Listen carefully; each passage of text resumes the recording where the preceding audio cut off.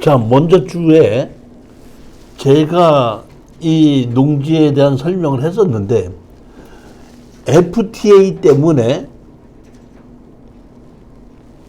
정부에서 FTA를 안 할 수는 없고, 세계 각국과 각국에 좀 FTA는 다 하고, FTA에 의해서 수익을 많은 회사들에게 세금을 걷어서 FTA의 피해를 보는 농업인에게 지원을 해주자는 게 국가의 정책이었고, 그러다 보니까 그 정부에서는 그 농업인에게 지원해주는 법을 상당히 많이 만들었는데, 그 중에서 제가 한 대여섯 개만 핵심되는 것만 제가 몇 개를 골라서 이런 법이 이렇게 해주는 법이 있다는 걸 좀 설명을 드리는 겁니다. 제일 첫 번째 보면은 농업경영체 육성 지원에 관한 법률, 이걸 만들어 가지고 농업법인, 일반 법인과 조합법인을 만들어서 공동으로 같이 일을 할 수 있게끔 만드는 겁니다. 지금도 제가 가보면은 농업법인을 만들었을 때는 이 일을 하시는 분들이 전부 다 출퇴근을 하고 농산물의 비싸고 떨어진 거에 관계없이 그 사람들 자체는 월급을 받기 때문에 농사를 직업으로 가진 사람들도 옛날처럼 그렇게 농수산물 가격이 떨어져서 피해를 보는 일은 이제 없어졌다, 이런 얘기입니다. 안녕하세요. 반갑습니다. 농업법인을 만들었을 때에 정부에서 지원을 해주는 게 많았었는데, 이 22년도인가 21년도인가에 그 LH에서 농지를 샀던 그 사건에 의해서 법이, 이 농어촌정비법에 의한 것이 변경된 것이 있습니다. 자, 보면 이게 뭐냐면 19조에 5 해가지고 여기 17페이지로 오시게끔 되면, 농업법인은 농지를 활용 또는 전용하여 통계법 제22조 1항에 따라 통계청장이 고시하는 한국표준산업분류에 의한 부동산업을 할 수 없다, 이렇게 법이 만들어졌었죠. 제가 먼저 번에도 우리가 이 농업법인을 만들어서 농지취득 자격증명서를 발급받으려고 갔었는데, 우리가 농업법인이 농지취득 자격증명서 발급받으려면 등기부등본, 대표이사, 사업자 등록증 다 들어가거든요. 다 들어갔는데 농지증을 못 해준다, 이렇게 해갖고, 왜 못 해주냐 했더니 사업자 등록증에 부동산업이 들어가 있는 겁니다. 못 해준다고 하는 바람에 제가 어쩔 수 없이 바로 행정소송을 해서 허가 불허가를 중단을 시켜놓고, 우리 법인에서 사업자 등록증에서 부동산업을 빼내가지고 농지증을 다시 신청해서 받은 적이 있습니다. 지금 그런 것만 이렇게 바뀌었다 보시면 됩니다. 그 다음에 제가 여기 보면 농업경영체 육성 지원에 관한 법률에서 농업경영체의 등록, 지금 농업경영체 등록을 하게끔 돼 있죠. 예전에는 농지를 원본을 만들어서 어떤 사람이 어떤 땅에 어떤 농사를 짓는다, 이런 것이 있었는데, 지금은 내가 농업인으로 인정을 받으려면 농업경영체를 등록을 해야 됩니다.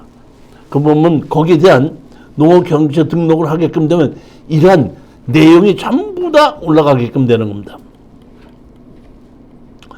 그 다음에 이게 지금서부터 한 10몇 년 전쯤에, 그러니까 농업법인을 만들 수 있는 게 처음 나왔을 때에, 그때 농림축산식품부에서 농업법인을 주식해서 농업법인을 만드는 거를 정관을 발표를 했었어요.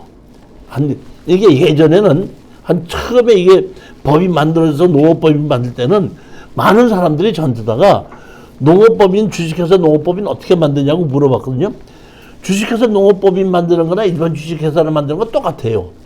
다만 다른 게 있다면 정관이 좀 다르고, 그 다음에 농업인이 반 이상 농업인이 된다, 농업인이 있어야 된다는 것만 다르지 나머지는 다 똑같았습니다.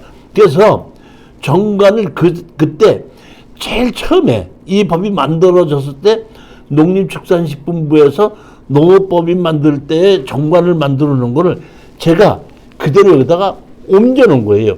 혹시 여러분들도 내가 지금 농업법인을 만들겠다 했을 때 이 농림축산식품부에서 그 예전에 만들어 농업법인을 그대로 옮겨와서 정관을 만들고, 그 다음에 나머지는 전부 다 일반 주식회사 만드는 거랑 똑같고, 이사진이 농업인이 2분의 1 이상 그러면 되는 겁니다.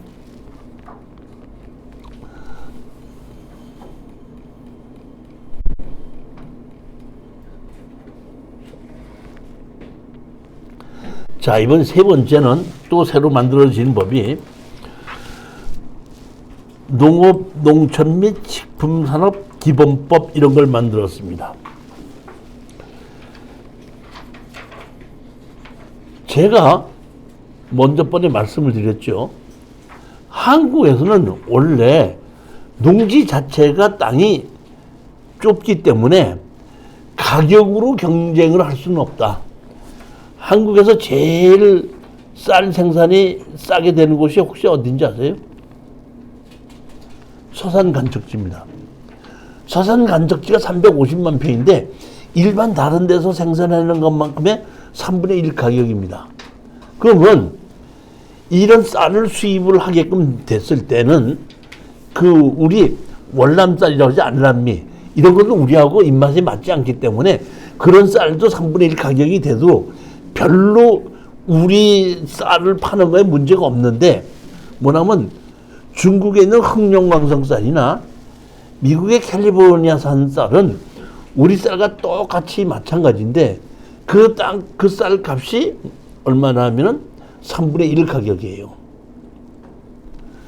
그러다 보니까 땅이 좁은 우리 땅에서, 농지가 좁은 우리 농지에서는 농지가 넓은 곳에 대적해서 가격이 싼 가격을 가지고 승부를 할 수가 없다 보니까 정부의 정책이 고급화로 바꾼다 그랬지 않습니까? 그 이제 먼저 잠깐 말씀드렸는데 그 이명박 정부의 그 차관인가 되는 분이 한번 잠깐 나와서 텔레비에 나와서 이제 앞으로의 농정 정책을 잠깐 얘기한 적이 있는데, 그때 그분이 뭐라 했냐면 품질을 최고화해서 세계의 부호들이 대한민국에 있는 농축산물을 비행기에다가 실어다가 살 수 있는 그런 정책으로 바꾸겠다. 정부의 정책을 그렇게 쓰겠다 그랬습니다. 자, 지금 보면 우리가 상당히 그 경제적인 여유가 풍족하게 사는 편인데, 우리 여자분이 오셨으니까 한번 여쭤볼게요. 슈퍼에 가면 이제 반찬거리가 사러 가잖아요. 파가 한 단이 있는데 한 단은 파가 한 단이 10,000원이고 그 옆에 파는 3,000원이야. 물어봤더니 요 파 한 단, 요 10,000원짜리는 유기농으로 됐고 요거는 유기농이 아니다 이런 뜻이거든요. 근데 눈으로 보면은 똑같아요. 3,000원짜리나 10,000원짜리나. 그러면 우리의 경제력은 내가 건강을 생각한다면 3,000원을 투자할 것이냐 10,000원을 투자할 것이냐 있을 때 우리의 경제력은 10,000원 정도를 투자할 수 있는 능력은 돼요. 돈이 없는 건 아니지만 속기는 싫잖아요.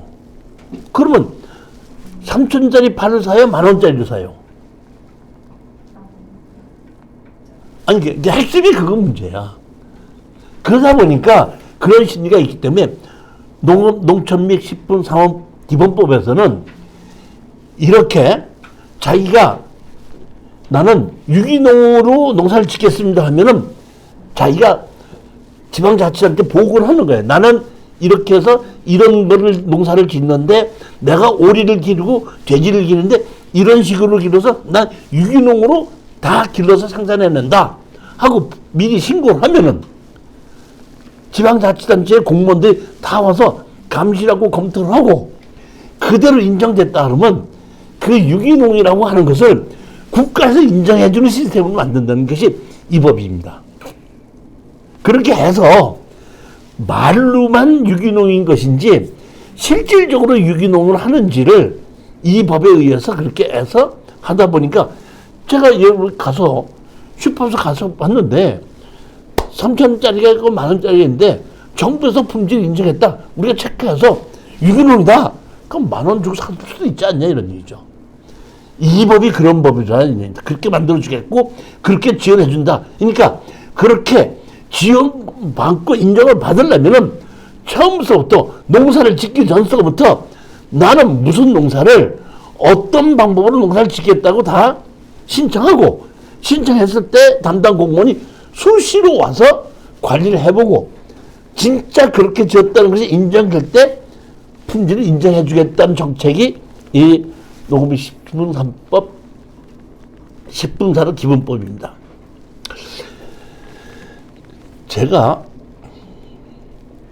정치 얘기를 하는 게 아니라 오늘도 아침에 이제 일어나서 강의를 준비하기 전에 정치가 어떻게 되는가 해가지고 잠깐 텔레비를 틀었더니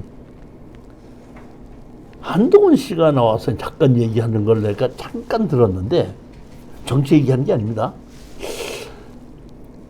단어를 끄집어내서 표현하는 거나 설명을 하는 거나 또박또박 그 말을 발음을 똑바로 한다거나 나도 강의를 하려면 저렇게 해야 되는데 그 참 나가 좀 단어가 빨리빨리 생각이 안 난다든가 마음은 이렇게 표현을 해야 되는데 표현이 잘 안 된다든가 이 강의를 교육을 한 사람 내 생각을 전달해야 되는 거 아니에요. 정치를 한 사람도 자기 생각을 전달하는 건데 참 전달력이 있다. 나 그거 보고 나도 저렇게 좀 배워야 되겠는데 싶은 생각이 있는데 오늘도 강의하면서 지금 내가 느끼는 게 왜 이렇게 떠듬떠듬거리고 발음이 잘 안 되는지 참 그 마음대로 안 되네 보면.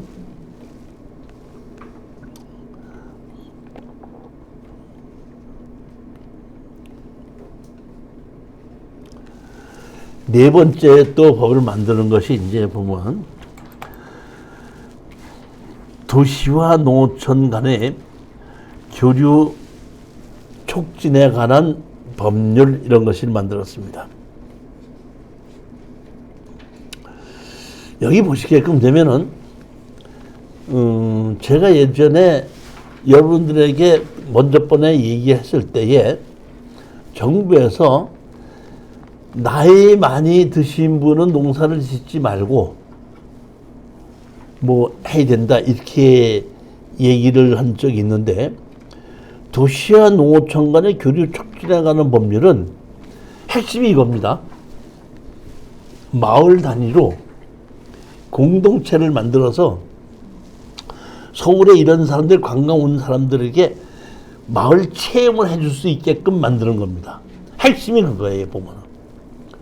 그렇게 해서 마을에서 와서 단체로 무슨 학생, 초등학생이나 중학생들이 단체로 오면 1박 2일이든 2박 3일 동안 거기서 농촌 체험을 하면서 돈을 수익을 올릴 수 있게끔 하고 음식도 팔 수 있게끔 하고 잔물자기도 하는데 이 법에 의해서 그런 거 할 때는 위생관리법이나 숙박업에 법을 적용받지 않고 그렇게 오는 사람들에게 주고 뭐 할 수 있다 이런 얘기입니다.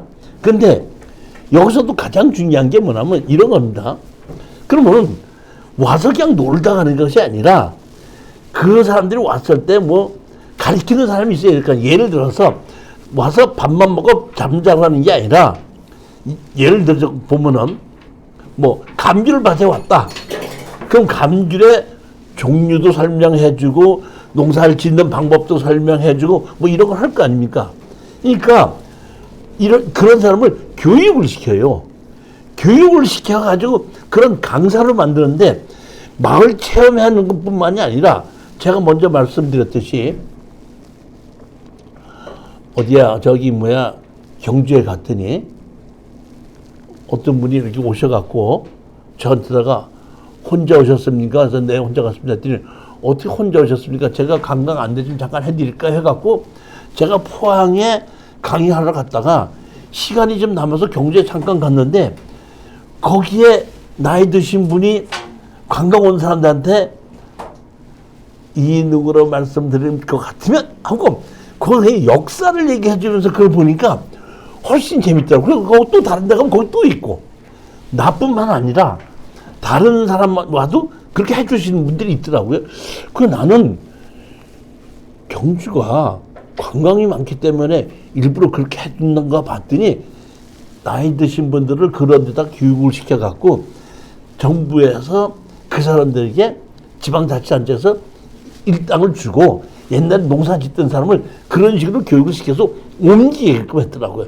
그렇게 해놓고 농업법인을 만드는 것은 젊은 사람들이 기계화를 해서 과학적으로 농사를 짓게끔 하고 몸으로 농사를 짓는 그런 분들에게 그런 교육을 시키고 이런 걸 만들어서 해주게끔 해주는 걸 보고 아 도시와 농어촌 간 교류의 촉진에 관한 법률을 갖고 그걸 하는구나 하는 걸 알았죠 보면. 자, 그 다음에 제일 오늘 핵심의 하나가 농어촌 정비법이라는 걸 만드는 겁니다.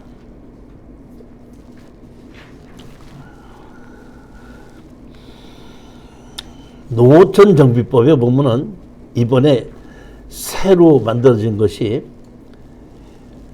빈집의 정리. 시골에 지금 빈집이 많지 않습니까? 폐가도 많고. 이런 폐가를 신고를 해서 정부에서 지방자치단체에서 처리해 주는 것을 만들었습니다. 그러니까 빈집에 대해서 우리가 경매로 낙찰을 받았는데 무허가 건물이 폐가가 있는 땅만 경매로 낙찰을 받을 수 있을 때 사실은 내가 낙찰을 받아서 겁시나는 겁니다. 왜? 철거를 해야 되겠는데 한 15년 전 그때 공시에 어떤 땅을 낙찰을 받고 거기 폐가가 있어갖고 낙찰을 받고 집을 지려고 허물어갖고 새로 지려고 허물었거든요. 폐가를 허물었으니까 쓰레기를 치운 거야. 남의 집을 허물은 거야. 허물어 놓고 났더니 어떤 사람이 와갖고 그게 우리 할아버지 그 집인데 왜 당신 마음대로 허물었냐? 돈 내놓으라는 거야. 그러니까 내가 땅을 사놓고도 폐가가 있어도 마음대로 허물지도 못해요. 그런데 이제는 내가 하는 게 어디다가 해? 지방자치단체에다가 요구를 해서 지방자치단체가 법에 의해서 허물게 해서 나중에 땅 주인으로서 그거를 민법에 있는 문제를 해결해 줄 수 있는 것이 여기서 나와서 근본적으로 건축법에 의해서도 빈집을 정리할 수 있게끔 만들었는데 건축법은 그냥 일반 도시지역이고 농어촌 정비법에서 시골에 이런 빈집을 정비할 수 있게끔 만들어졌습니다. 그 다음에 제일 중요한 것이 뭐냐면 농어촌에 관광 휴양단지를 만들 수 있게끔 만들었고 관광 농원을 만들 수 있게끔 해놨고 민박을 할 수 있게끔 만드는 것이 농어촌 정비법입니다. 자, 여러분 요새 한 10몇 년 전서부터 펜션에 가서 주무셔 본 적 있어요? 펜션에 가서 주무셔 봤어요? 펜션이 숙박업이죠. 그럼 숙박업이라고 그러면 다시 말하면 모텔이신 거예요. 원래 숙박업은. 그랬는데 농어촌 정비법에 의해서 숙박업을 모텔처럼 허가를 받지 않고 개인이 자기 집을 빌려줄 수 있게끔 만드는 것이 그게 이 법의 농어촌 정비법에서 만들어서 여기서 민박을 할 수 있기 때문에 사실은 내가 옛날부터 갖고 있던 집을 가지고 민박도 할 수 있지만은 집을 새로 지어서도 민박을 할 수 있기 때문에 다른 예전에는 숙박업에 대한 허가를 받기 위해서는 엄청나게 어려웠었죠. 근데 이 농어촌 정비법에 의해서 관광 휴양단지도 만들고 관광단지도 만들고 민박할 수도 있어서 온 대한민국의 웬만한 곳에는 펜션이라는 것이 다 만들어지기 시작한 것이 이 법에 의해서 만들어진 겁니다.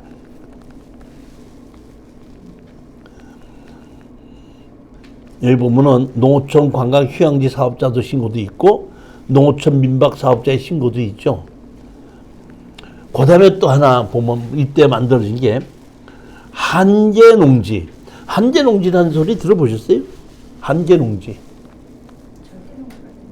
한계농지 뭐냐면은 경사도가 있다든지 땅 농지 전답 과선인데 물이 잘 안 들어온다든지 경사가 져갖고 농사 짓기가 어렵다든지 농기계가 들어가기 어렵다든지 이런 것을 다 조사를 해서 한계농지로 만들어 놓고 한계농지를 가지고 영농여건 분리농지로 만들어서 영농여건 분리농지로 만드는 것은 농사를 안 져도 되게 농지법에 의해서 반드시 농사를 지어야 되는데 한계농지라는 것을 조사를 해갖고 영농여건 분리농지를 만들어가지고 그러한 농지는 농사를 안 지어도 농지법에 어긋나지 않고 내가 그런 땅에다가 전용을 할 때 허가를 받지 않고 농지전용 허가를 받지 않고 농지전용 신고만으로도 빨리빨리 전용할 수 있게끔 만드는 게 이 농어촌 정비법에서 나온 겁니다. 제가 보면 이 농어촌 정비법에서 나온 그 여러 가지가 사실은 한계농지라든지 그 다음에 숙박업을 할 수 있다든지 관광농원을 만들 수 있다든지 이런 거를 만들어주고 빈집을 철거할 수 있게끔 만들고 철거해달라고 할 수도 있고 빈집이 있으니까 저거 해달라고 신고도 할 수 있고 그리고 내가 내 집인데 지금 철거해야겠는데 좀 도와주지 않으면 도와줄 수도 있고 아니다 내 집인데 수리를 좀 해야 되겠습니다. 그러면 수리할 수 있게끔 만들어진 것이 이 농어촌 정비법이 그러니까 이 농어촌 정비법이 이 시골에 사는 사람에게 많은 현실적으로 지원이 되고 있는 법이 농어촌 정비법입니다.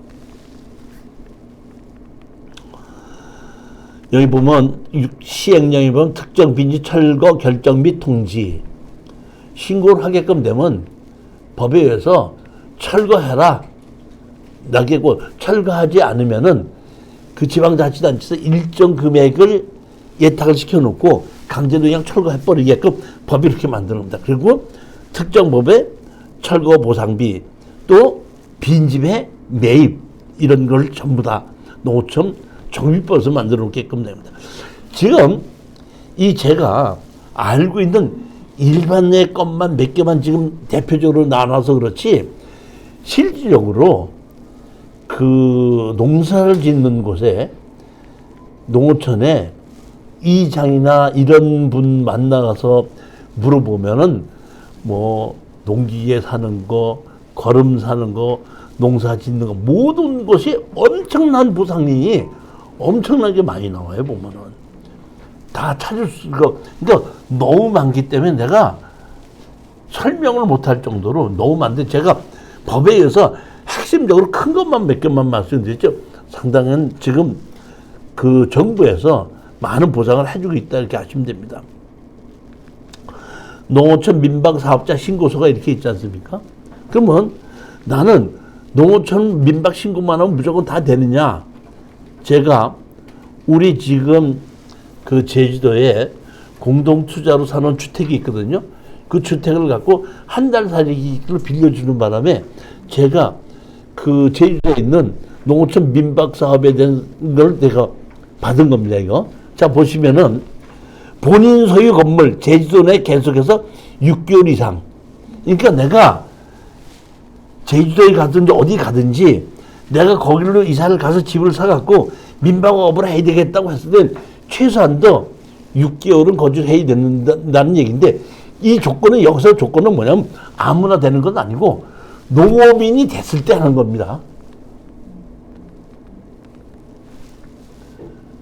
임차 건물. 그러니까 다른 사람의 건물을 빌려서도 할 수가 있는데 제주도에서 3년 이상 거주한 사람은 또 향후 2년 이상을 계속해서 거주하겠다고 했을 때는 다른 사람 집을 빌려서도 민박을 할 수 있다는 뜻인데,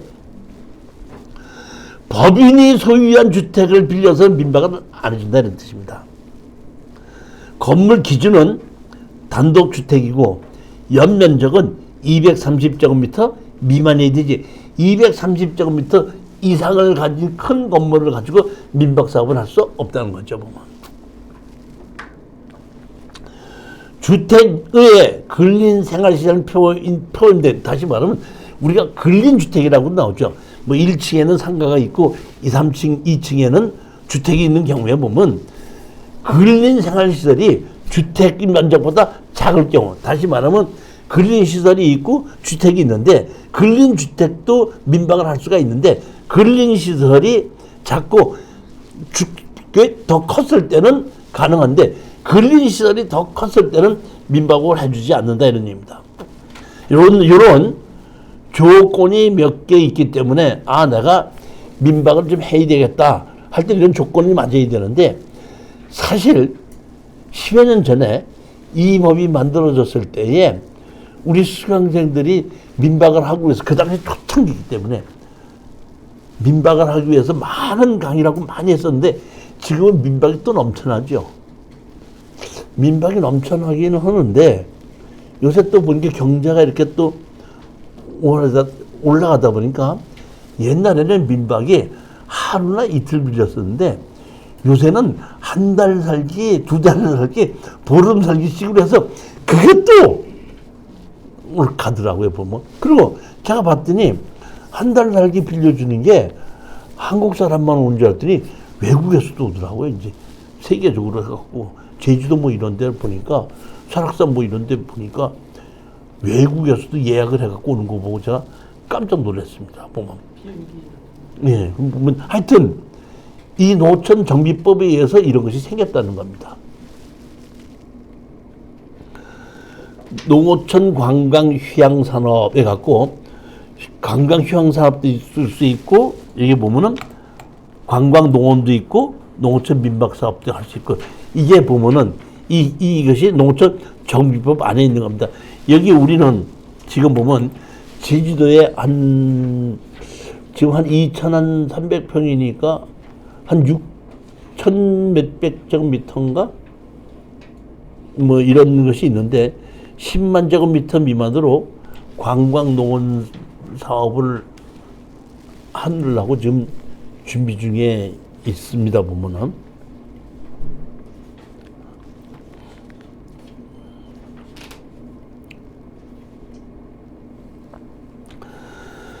한계 농지 등 정비 지구 지정 신청서 해가지고 지금 이거는 있긴 있는데, 처음에 이 법이 만들어졌을 때 한 5년, 6년에 걸쳐서 한계 농지를 다 정비를 했고, 그때 빠진 경우에 지금도 한계 농지로 해서 지정해서 영농역분 분리농지로 지정해 달라고 하는 경우가 꽤 있더라고요, 보면.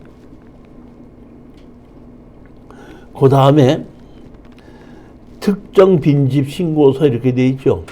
이것은 내 집이 아니라 동네에 다른 곳에 있어도, 동네 사는 사람이 봤을 때 빈집이 있어서 위험하다고 느낄 때는 다른 사람이 이 특정 빈집 신고서에 의해서 신고를 하면은 지방자치단체 공무원이 나와서 관리를 해서 주인에게 이거 어떻게 할 것인지 알아내서 통지를 하고 철거를 할 것인지 어떻게 할 것인지 할 수 있게끔, 이런 특정 빈집 신고서 제도를 만드는 겁니다, 이번에. 그러니까 이 특정 빈집 신고서 만드는 것은 요 몇 년 안 돼요. 한 7, 8년밖에 안 됩니다. 처음에 농어촌 정비법이 만들었을 때 이것은 없었어요.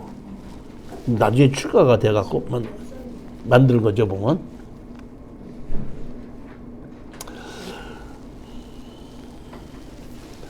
자, 이제 마지막 법에 보면 한국농어촌공사에서 우리가 농지를 전용하게끔 되면 농지 전용 부담금을 내죠. 이 농지 전용 부담금 내는 건 전부 다 한국농어촌공사에서 가져갑니다. 그래서 이 한국농어촌공사에서 그걸 자금으로 해서 우리 농촌에게 농업인들에게 지원해 주는 돈이 거기서부터 다 나오는 겁니다. 농어촌 공사를 통해서 전부 다 그 돈. 그러니까 농지 전용 부담금이 그 공시지가가 아니라 공시지가의 30%인데 상한선이 지금 5만 원이죠. 그 돈이 참 잘 보면 엄청나게 많은 돈인데 사실 보면은 상한선이 5만 원이면은 평당 16만 5천 원이죠. 16만 5천 원 안 되는 땅 제가 이번 금요일 날 4만 원, 5만 원 되는 땅도 얼마 되는지 많거든요. 그러니까 농지 전용 부담금도 안 되는 그런 땅이 매매가 얼마나 많은데 농지 전용 부담금을 제곱미터당 5만 원씩 내라는 얘기는 엄청난 금액인데 그 금액을 전부 다 어디서 쓰느냐? 농업인들을 지원해 준 돈 쓴다는 얘기입니다.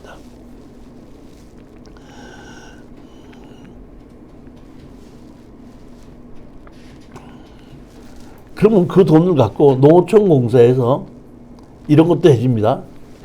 경영회생 지원 농지 매입 사업이 있죠. 내가 농사를 지다가 돈이 없어서 망해. 그러면 농어촌 공사에다가 사달라고 합니다. 땅을. 그럼 빚을 져서 빚 다 갚아주고 사줘요. 사주고 농사는 그대로 짓게끔 하다가 나중에 돈을 다시 벌으면 갚으면 돈 돌려줘. 못 갚으면 할 수 없이 농어촌공사가 주인이 되는 거죠. 그러니까 제일 먼저 농사를 짓다가 실패한 사람들에게 농어촌공사가 이런 지원을 해준다는 겁니다. 그 다음에 5년 이상 농사를 지은 사람으로서 70세 이상 된 사람이 농업진흥지역의 농지를 갖고 농사를 짓다가 내가 더 이상 농사를 힘들어서 나이가 먹어서 못 짓겠다 사달라 하면은 농어촌공사에 사줍니다. 그런 정책도 있습니다. 합니다. 그 다음에 농지은행이라고 그러죠. 농어촌공사에서 농지은행. 농지은행.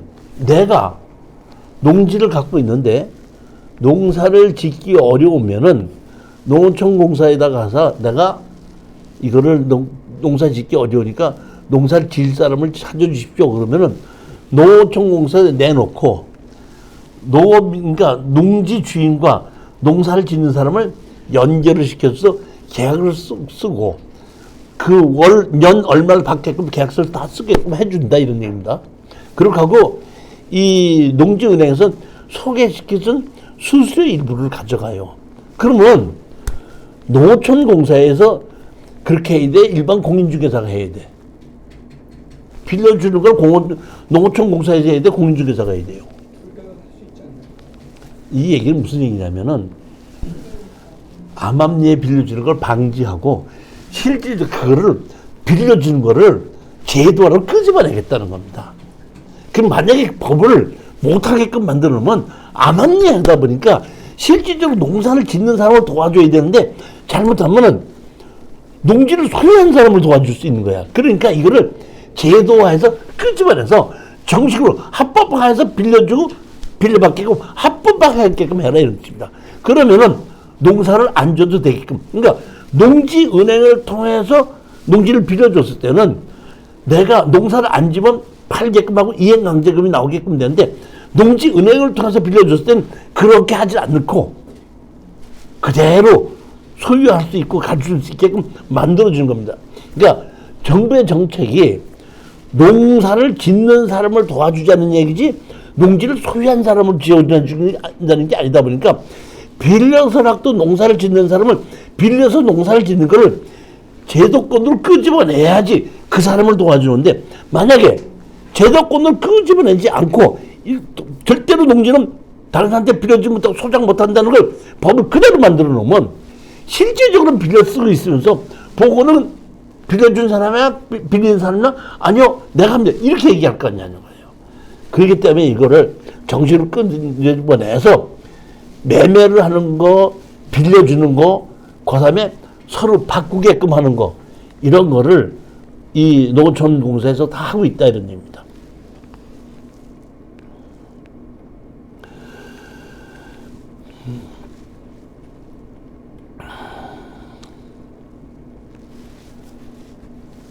제일 우리 같이 농지를 전문으로 농사를 짓지 않는 사람으로서는 농지연금을 가지고 투자하는 것도 좋은 겁니다. 농지연금하고 주택연금하고 어떤 게 더 좋을 것 같아요? 농지연금하고 주택연금하고 어느 게 더 좋아요? 당연히 농지연금. 왜 농지연금이 좋습니까? 싸게 경매로 살 수 있어. 아니, 자, 이겁니다. 10억짜리 주택이 있고 10억짜리 농지가 있다 이런 얘기입니다. 그러면 그거를 담보로 잡고 연금을 주는 건 똑같아요.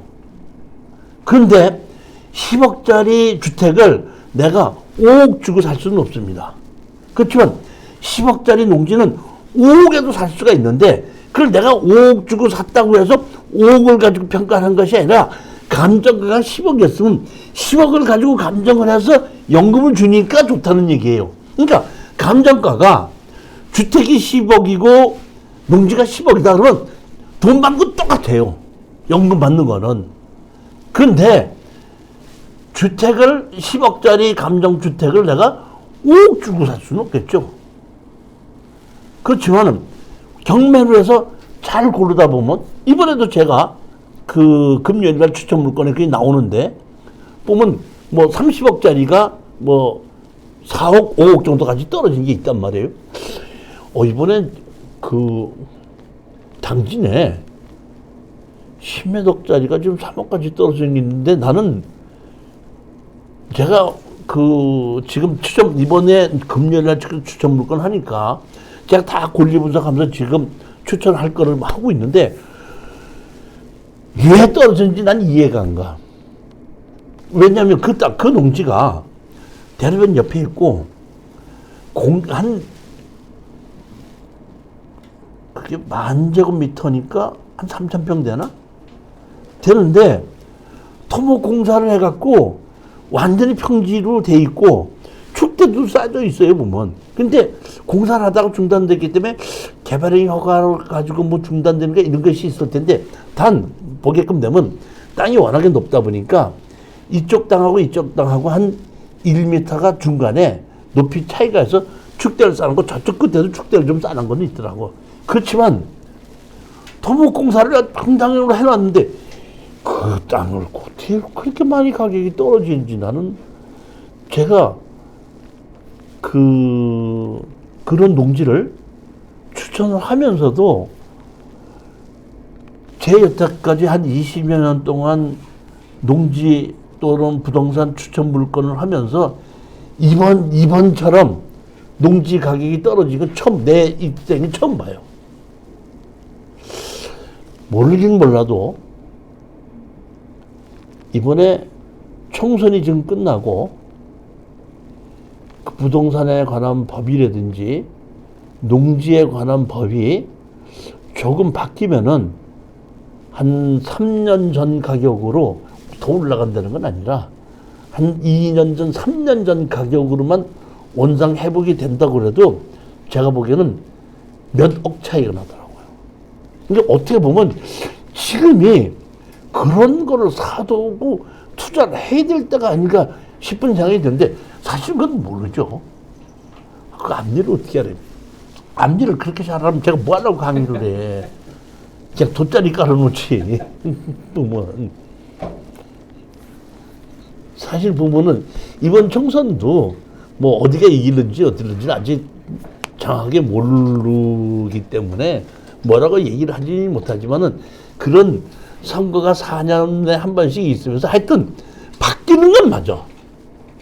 그대로가 지속이 안 되는 거야. 그러니까 여당이든지 야당이든지 상관하지 않고 서로 표를 얻기 위해서 새로운 생각을 하고 내가 이렇게 고치겠다고 하다 보니까 한 번씩은 바뀌는 건 맞더라고요.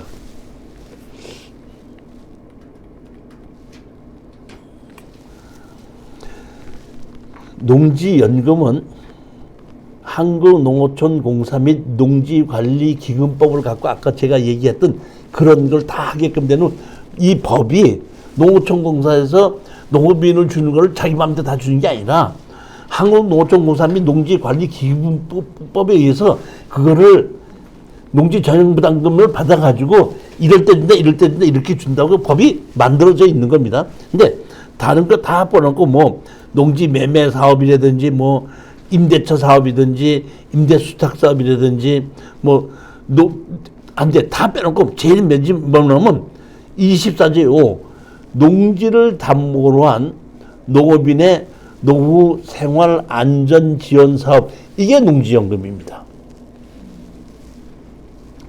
농지연금 사업입니다. 여기 보면 여러분들도 이 홈페이지에 들어가시면은 본인이 나이가 몇 살이고, 그 다음에 본인이 소유한 농지가 어떤 농지라는 것을 집어넣고 하면은, 아, 당신은 연금이 얼마 준다는 것이 자동 계산해서 나오게끔 만들어져 있더라고요.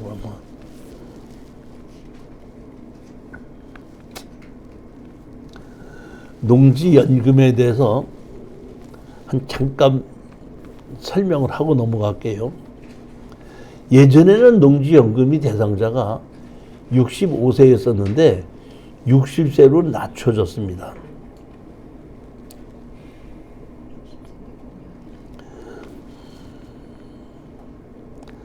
가입 요건은 본인이 만 60세 이상이죠.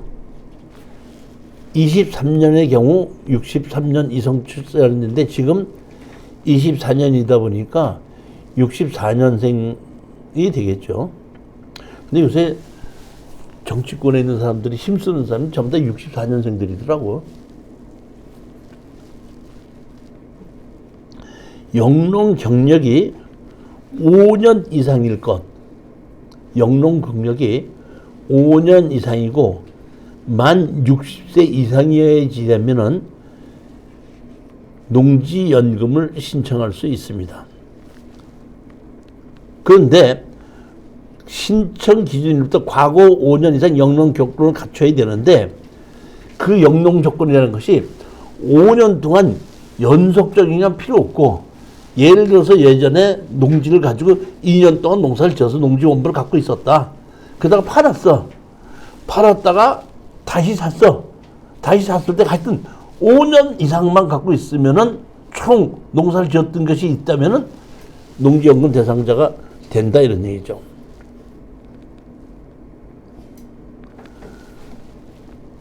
대상 농지입니다. 이것도 원래는 대상 농지가 큰 문제가 없이 설정만 돼 있지 않았으면 됐었는데, 지금 경매나 공매를 통해서 사서 연금을 신청하는 경우가 많다 보니까 조건이 연금을 신청하는 농지는 무조건 2년 이상 농사를 지어야 된다는 조건이 붙었습니다. 그리고 자기가 살고 있는 곳에서 30km 이내의 조건이 붙었습니다. 즉, 이 얘기는 무슨 얘기냐면, 제가 영농 경력이 5년이 돼야 되는데 내가 5년 경력은 됐다고 가정합시다.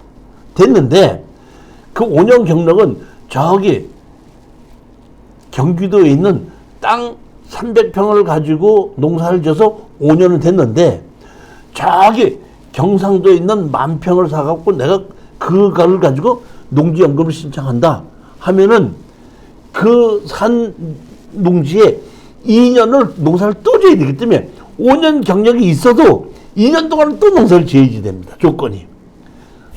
따라서 내가 어떤 농지를 사서 연금을 신청해야 됐다고 하면 300평짜리 땅을 사서 농사를 짓는 것은 3년 동안 지어서 하고, 그 다음에 연금을 신청하기 위해서는 2년 전에 내가 연금 신청할 농지를 사서 거기에 농사를 지으면서 2년이 지나서 총 합쳐서 5년. 그러니까 내가 연금할 농지를 2년, 다른 농지 3년, 합쳐서 5년에 만 60세 이상이 됐을 때에 그 농지를 가지고 연금을 신청할 수 있었는데, 예전에는 거기에 담보가 있으면은 안 됐거든요. 근데 지금은 감정 가격에 15% 미만의 설정이 됐을 땐 지금 해줍니다. 10억짜리인데 1억 5천이 안 되게끔 설정이 돼 있을 때는 해준다 이런 얘기죠.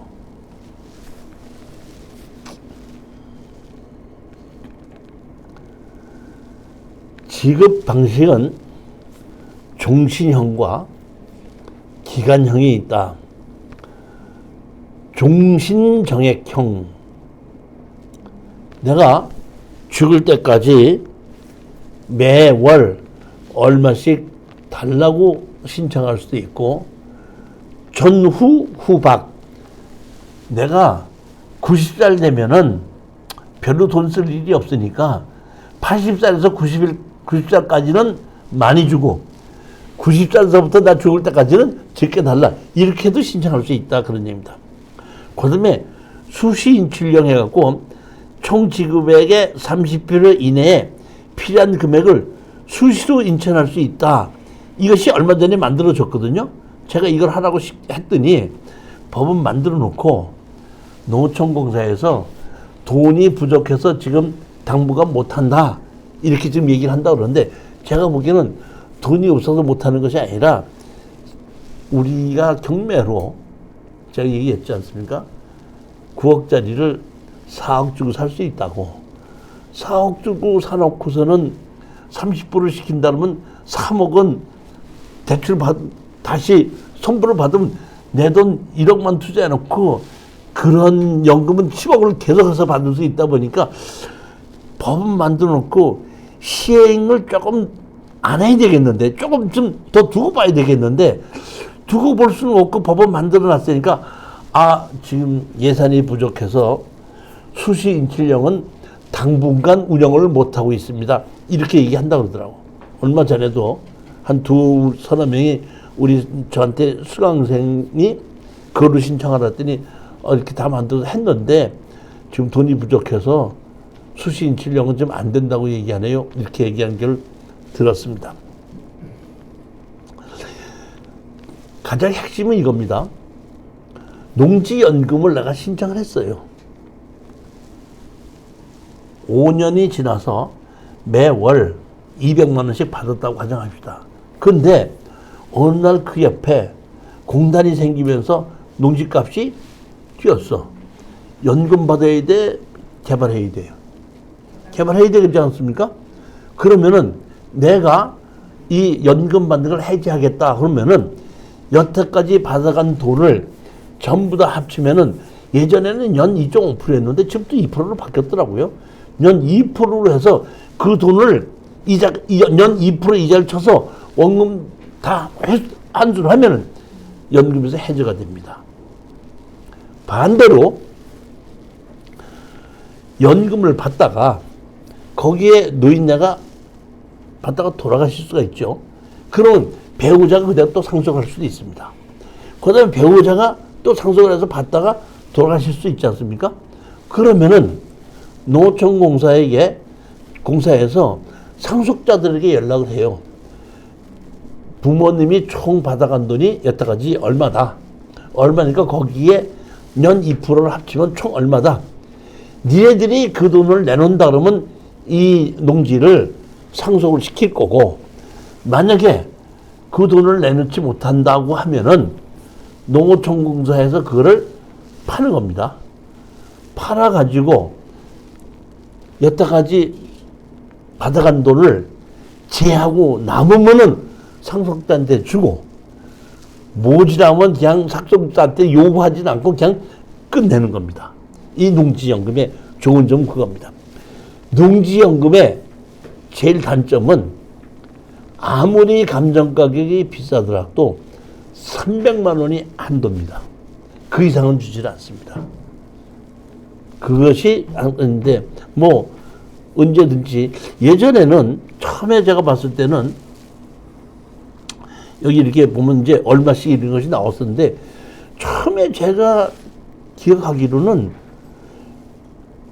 100세를 기준으로 해서 연금을 주는 걸로 해서 감정가에서 얼마 이렇게 나왔었는데, 지금 요 사이에 다시 계산해 보는 걸 보니까 연금 받을 사람이 110세까지 사는 걸로 계산해서 연금을 쪼개더라고요. 그러니까 똑같은 감정가격이라 그러면은 옛날보다는 조금 덜 받는 거예요. 그러니까 예전에는 연금 받는 것을 총 감정 가격을 저 사람 지금 얼마 번 받을 거니까 그 100세까지 살아면 앞으로 몇 회를 받으니까 거기에 이자 계산하고 하면은 이 사람이 월 받아갈 수 얼마다. 이렇게 계산해서 거기에 맞춰갖고 줬었는데 100세가 아니라 지금 110세로 바뀌었더라고요. 보니까. 그래갖고 좀 옛날보다는 가격이 좀 내려왔더라고요. 농어촌공사에서 다시 팔 때는 경매로 파는 거예요. 경매로 팔습니다. 경매로. 담보농지의 평가 방법은 그러면 농어촌공사에서 제가 이거를 연금으로 신청합니다. 아무 신청하면은 핵심이 이겁니다. 공시지가로 가지고 할 것이냐 감정가로 할 것이냐고 농지연금 신청하는 사람이 물어봐요. 농어촌공사에서. 당신 공시지가로 할까요? 감정가로 할까요? 공시지가가 높으면 공시지가로, 감정가가 높으면 감정가로 하는 겁니다. 그렇게 해서 공시지가로 하겠다고 하면은 공시지가의 100%를 가지고 그분이 110세까지 살 걸로 계산해서 나누어 가지고 주는 거고, 감정평가로 할 것이냐 하면은 감정평가의 90%입니다. 제가 제주도의 농지가 이번에도 보게끔 되면 34%까지 떨어지는 것이 제주도의 농지 내가 처음 보거든요. 20몇 %까지 떨어지는 것도 지금 나오는 것보다 더 깜짝 놀라는데,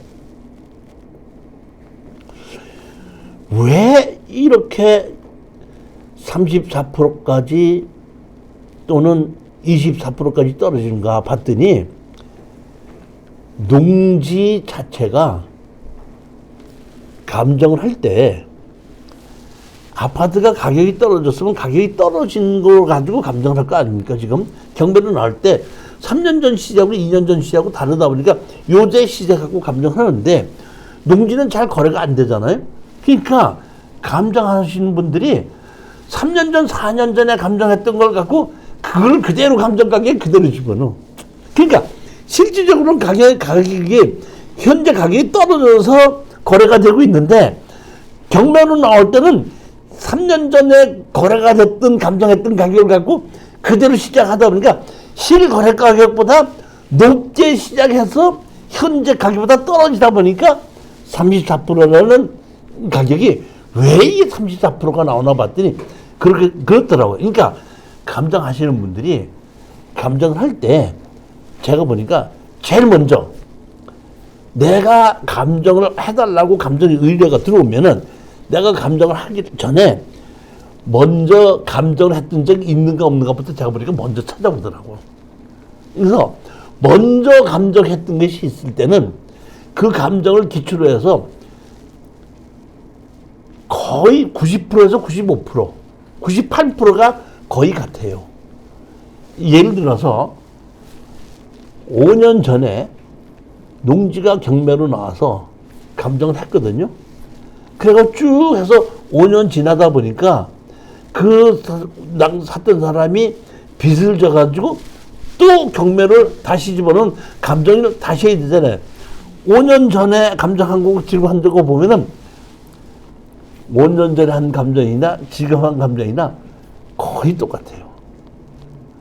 그래서 내가 일반 아파트나 이렇게 가격을 수시로 할 수 있는 그런 것은 현재 가격을 가지고 감정을 하지만은 그렇지 않은 경우에는 감정사들이 기존에 옛날에 감정했던 걸 기초로 감정을 하기 때문에 크게 안 틀리구나 이렇게 있기 때문에 우리로서는 현재 이렇게 옛날보다 농지가 가격이 떨어졌을 때 감정 가격을 높았을 때에 농지연금을 투자하는 것이 제일 적기고 좋다는 뜻이죠. 또.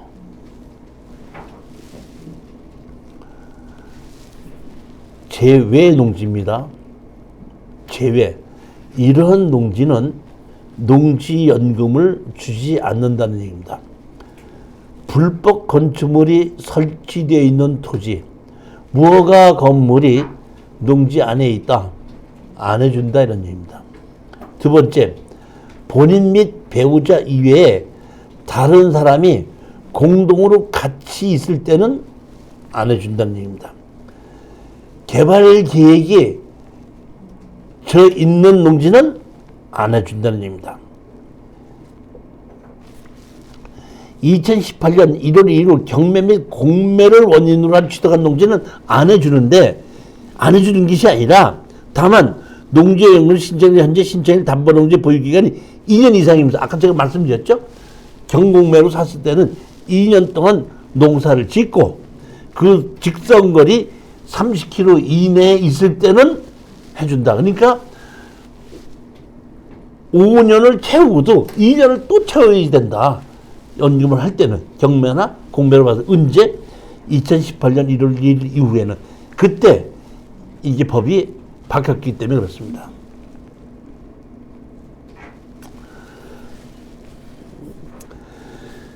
농지연금의 장점, 제가 이거는 제가 쓴 것이 아니라 농어촌공사에서 적어놓은 걸 그대로 옮겨 적어놓은 겁니다. 부부가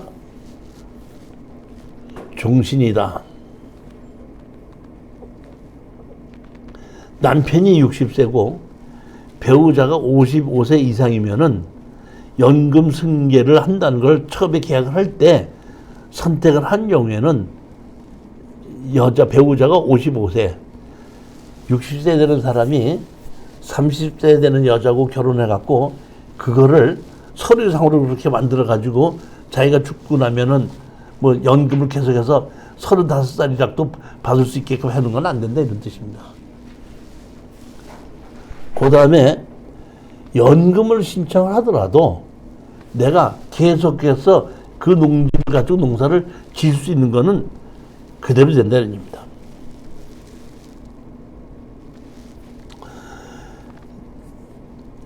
연금을 신청해도 국가에서 주기 때문에 돈이 없다고 해서 안 주는 법은 없다는 얘기죠. 계약을 하면은 연금 채무 부족의 미청구죠. 아까 하다가 중단됐을 때에 다 팔아가지고 원금하고 계산하는데 남으면은 상속자한테도 주고 모지라도 청구하지 않는다는 얘기다. 그 다음에 재산세 감면. 현재는 자기 이름으로 갖고 있는 거죠. 그 농지연금을 받는 거니까 내 이름으로 갖고 있죠. 갖고 있으면 내가 재산세를 내야 되는데 그 농지가 6억 원 미만이다고 할 때는 6억 원을 재산세를 빼준다는 얘기. 그러니까 예를 들어서 내가 10억의 농지를 가지고 담보로 해가지고 받았다 할 때는 10억에 대한 재산세를 내는 것이 아니라 6억을 빼고 4억에 대한 재산세만 낸다는 얘기고 총 6억이 안 될 때는 재산세를 안 낸다는 얘기입니다. 그 다음에 마지막에 내가 연금을 받는 돈은 어느 누구도 압류 못 한다는 겁니다. 그대로 쓸 수 있게끔 하죠. 그렇기 때문에 이 농지연금이 좋은 점이 여러 개가 있는데 좋은 점 중에서 가장 좋은 거는 감정가의 90%를 가져가지 내가 산 가격을 가지고 주는 것은 아니다. 그렇기 때문에 처음서부터 나는 연금을 받을 목적이라고 한다 그러면은 땅이 잘생겼는지 잘못생긴지 볼 필요 없잖아요.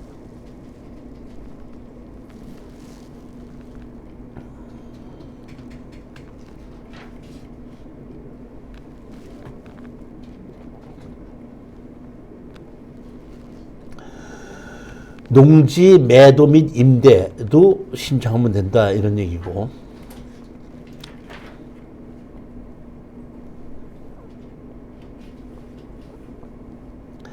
농어촌공사관리기금법에서 매매 대상 농지, 농업진흥지역의 농지 매수 청구, 아까 말씀드렸죠? 연세가 많으신 분이 5년 이상 농사를 지었는데 내가 팔아야 되겠다 할 때는 지금 어디 뭐 갔더니 일부러 나한테다가 그 농사를 짓던 분이 70세 이상 되시는 분이 그 자기가 팔으려고 경매로 싼 거 나온 거 있으면 공시지가 이하로 나온 거 있으면 이렇게 농업진흥적을 경매로 가르쳐 달라고 그러더라고요. 왜 그랬더니 그거 사갖고 자기 1년 농사 지었다가 농어촌공사 판다 그러면은 그 가격에 다 팔 수 있으니까 거기도 차익이 생긴다. 이렇게 하는 거 보고, 야, 그렇게도 가능하구나. 예, 저는 그런 건 생각 못 했는데, 나한테 그런 부탁을 하는 걸 보고, 그것도 가능하구나. 이런 생각을 했던 겁니다, 보면. 농어촌 공사에는 어떤 가격으로 판매합니까? 공시지가. 판매를 안 하지. 네, 공시지가 가지고 그냥 해서 팔고 사고 해서. 그러니까, 농업진흥지역은 개발을 못 하기 때문에 가격이 싸거든요.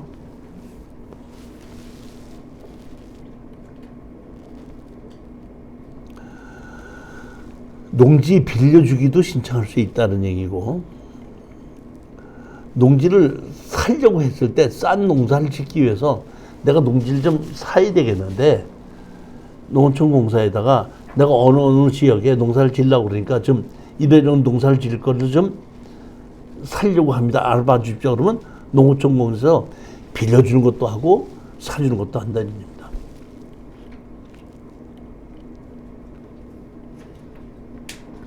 농지 빌리기. 자, 7번째입니다. 이 법은 이번에 생긴 지 2년이 안 됐습니다. 건축물 관리법이라는 법이 생겼습니다. 자, 아까 제가 농어촌 정비법에 의해서 허물어 달라고 그럴 수도 있고 내가 허물 수도 있죠. 그런데 건축물 관리법이 생겨서 내가 내 집을 허물어도 허문다는 신청을 해서 허가를 받거나 신고를 해야지 됩니다. 이제 내 집도 내 마음대로 그냥 허물지 못합니다. 허가를 받았거나 신고를 해야지 되는 겁니다. 그렇게 해서 거기에 무슨 뭐 발암물질이 있다든지 위험재해 있든지 뭐 이런 것이 있을 때에 그걸 다 이게 언제 생겼냐면은 먼저 전라도 쪽인가에 집을 허물었는데 집을 허물게 쓰러져 갖고 앞에 버스 정류장에서 기다리던 사람이 돌아가신 적이 있었죠, 옛날에. 기억이 안 나요? 현대산업개발 광주에서. 광주에서 네. 아파트 단지 개발하려고 그 무슨 빌딩 하나 있던 거를 허물었지 않습니까? 허물어가지고 그걸 한꺼번에 쓰러지는 바람에 그게 정류장에 있던 것이 지금 돌아가셨잖아요. 그 이전까지는 허무는 거에 허가나 신고가 없었습니다. 그 이후에 간 다음에 건물을 허물 때는 허물기에 대한 신고를 하고 허가를 받아야 되고, 허물을 때도 우리가 집을 지을 때도 감리자가 나와서 감리를 하듯이 허물을 때도 감리자가 나와서 감리를 하게끔 되어 있습니다. 이 법이 새로 생겼다는 겁니다, 지금. 그래서 내가 가지고 있는 주택다 모두 작은 건물이라도 내 마음대로 그냥 허물어서는 안 된다는 겁니다. 이 법이 생겼다는 겁니다.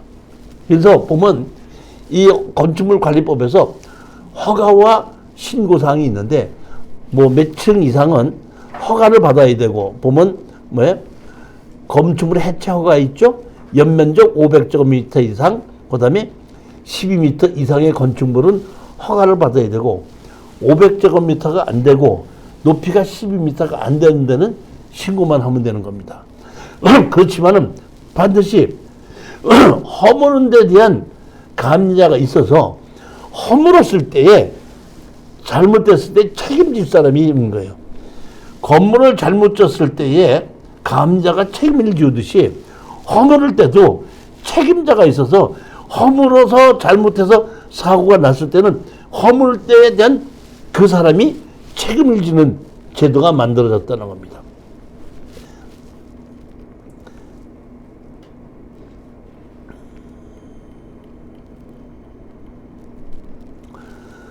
자, 10분만 쉬었다가 이번에는